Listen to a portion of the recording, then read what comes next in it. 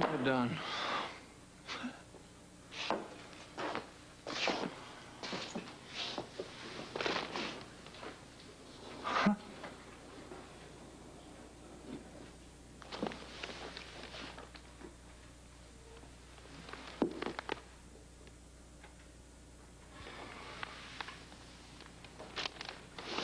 Gotta get out of here.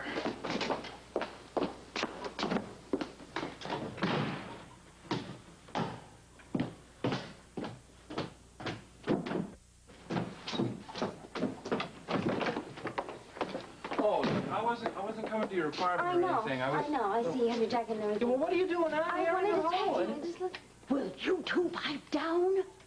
I'm sorry. We were just talking. I mean business. The music was bad enough, and now this. All right. We're piped. You get Scruton to your apartment. I'll have no hanky-panky in this building.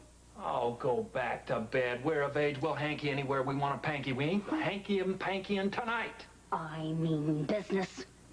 So do we. There is certainly no hanky-panky going on, believe me. Well, good.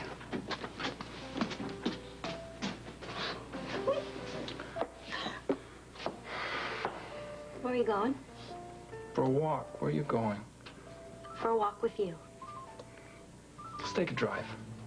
Okay. Maybe we can stop at Kelly's for breakfast when they open. I'd love to. I sure as hell ain't gonna sleep tonight. I don't think I am either. Okay. Morning, Rose. Yeah. Oh, Rose isn't up yet. What are you doing? Well, I just thought I'd come down early and get everything started for the day. Did you get any sleep? Well, I laid down for a while. But when I couldn't sleep, I thought I'd get dressed for the day and come down here and get things in order for Rose. You want some tea? Yeah, I'd love some. Thank you. I'm sure Rose will be very pleased. You got the whole place cleaned up. You got to jump on breakfast. Very nice. Well,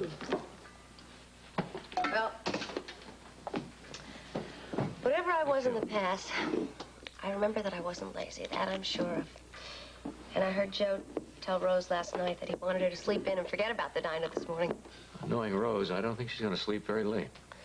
I kind of suspected that myself. I really appreciate this job, and I wanted to show her that by starting it very hard at work. Good for you. About last night, Rick. That's all right. Joe said you didn't upset the party at all. I know, but I was supposed to stay in my room, and I wasn't supposed to come down here at all because of the Hardys and Ann being here. How'd that go, all right? Well, yes, Steve and Audrey were very nice to me, and Steve was sweet about fixing up my hand. And I thought I handled Ann quite well. You talked to Ann? Oh, well, just briefly. I guess I better go check on that coffee. Would you like me to look at your hand? No, I think it's fine. Besides, I want to use all my time getting everything ready for breakfast when Joe and Rose come down. Joe may not be here. What do you mean by that? I saw him get in his car about a half hour ago. Oh, where'd he go? I don't know. I just have to look out the window, and there he was. Excuse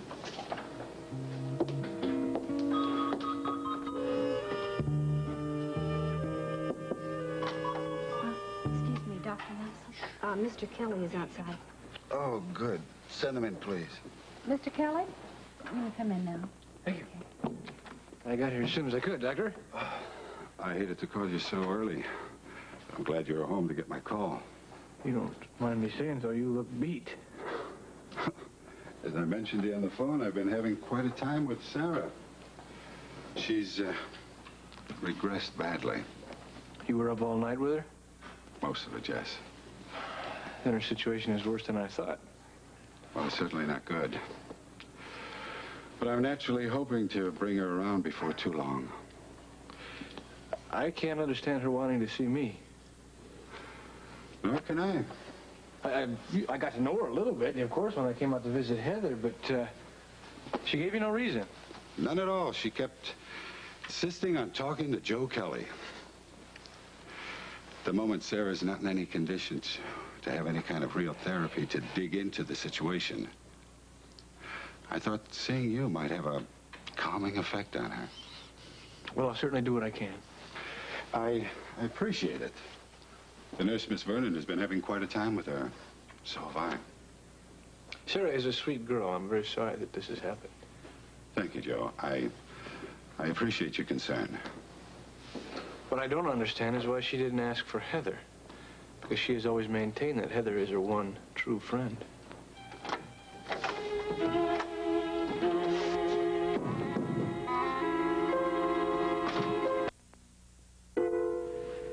Any other questions? Miss Dobson? No, I think I have everything I need. Well, then we're off and running. Okay, you'll be liaison. Check. That wraps it up. You wanted the sketch back? Yeah, and I'll be in contact with you. Good night. Scorpio, or shall I say good morning? Oh, you're right. A pleasure meeting you, Mr. Scorpio. It's good to have you on our team, Miss Dobson. My honor, I assure you.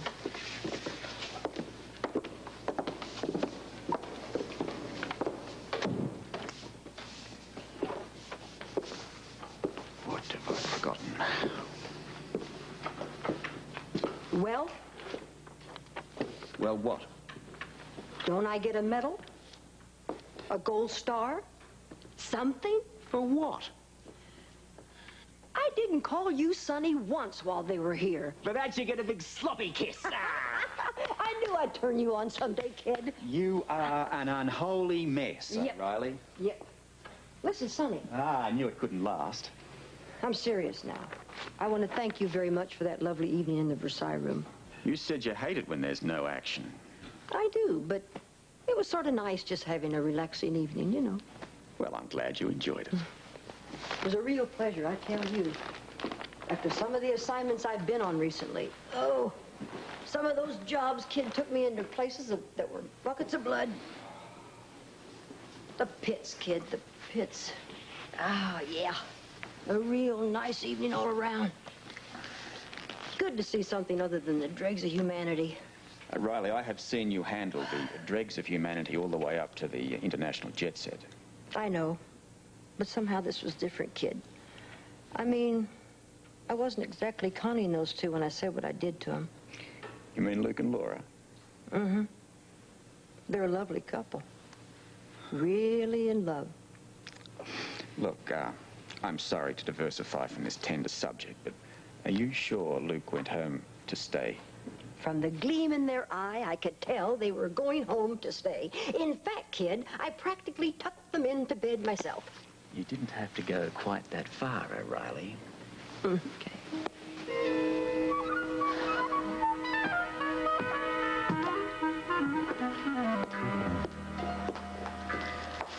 Would you like some more hot water for that tea? No, thank you. This breakfast was very nice. Oh, I'm glad it was okay. I enjoyed fixing it for you. Oh, you're a good cook. Oh, thank you. It all seems to be coming back to me these days. I would say it's already come back because that was delicious. Well, I'm glad you liked it. I opened the doors in case any people wanted to come in for breakfast a little early. Well, it is a little early for the breakfast rush, I'll tell you that. In that case, maybe I'll go upstairs and I want to get some change for the payphone. Well, I got some. Oh, it's all right. I'll use my own money. You're to be a very independent young woman, aren't you? I want to be. I need to be. I can understand that. It won't be long.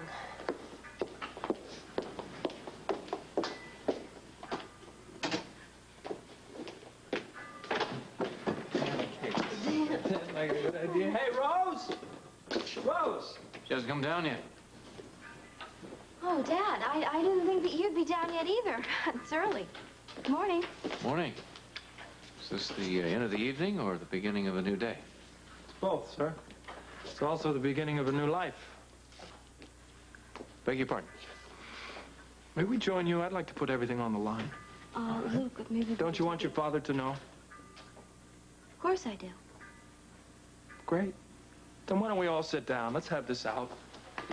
Look, I don't want a confrontation, all right? There won't be a confrontation, not on my part. But I would like to put things on the line if you'd care to listen. Luke, I'm standing here. I'll be listening.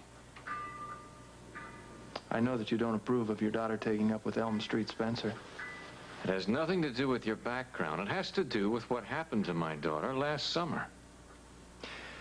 If Laura's marriage to Scott were made in heaven, then nobody, not me, not anybody, could have broken it up. Dad, I went with Luke last summer willingly. I told you that. I know that. If there was any wrong, it was my fault.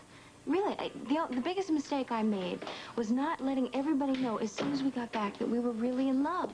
That caused all kinds of misunderstandings. Yes, well, the misunderstandings are in the past, Laura. The summer's in the past. I'm talking about now. Dr. Weber, I'm in love with Laura. And she's in love with me.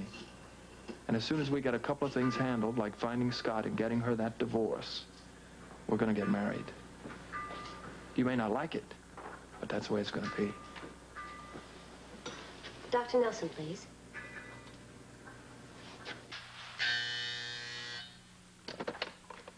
Dr. Nelson. Hello, Dr. Nelson. This is Heather Weber. Heather, I didn't expect to hear from you so soon. Are you all right? I'm fine. Oh, I'm glad to hear that. Did you sleep well your first night in Port Charles? Not really. I kept worrying about Sarah. How is she, Dr. Nelson? Sarah had a very uneasy night. She kept calling for Joe Kelly. Fortunately, Joe was able to come out to the sanitarium. Joe's there now? With Sarah?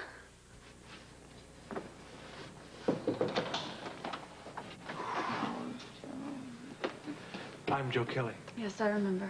I'm glad you're here. I have to go get a cup of coffee, Mr. Kelly. Sarah? Sarah, it's Joe Kelly. I never... Sarah, I can't understand you. Are you trying to tell me something? I know. You know? What do you know, Sarah? I know about the gun.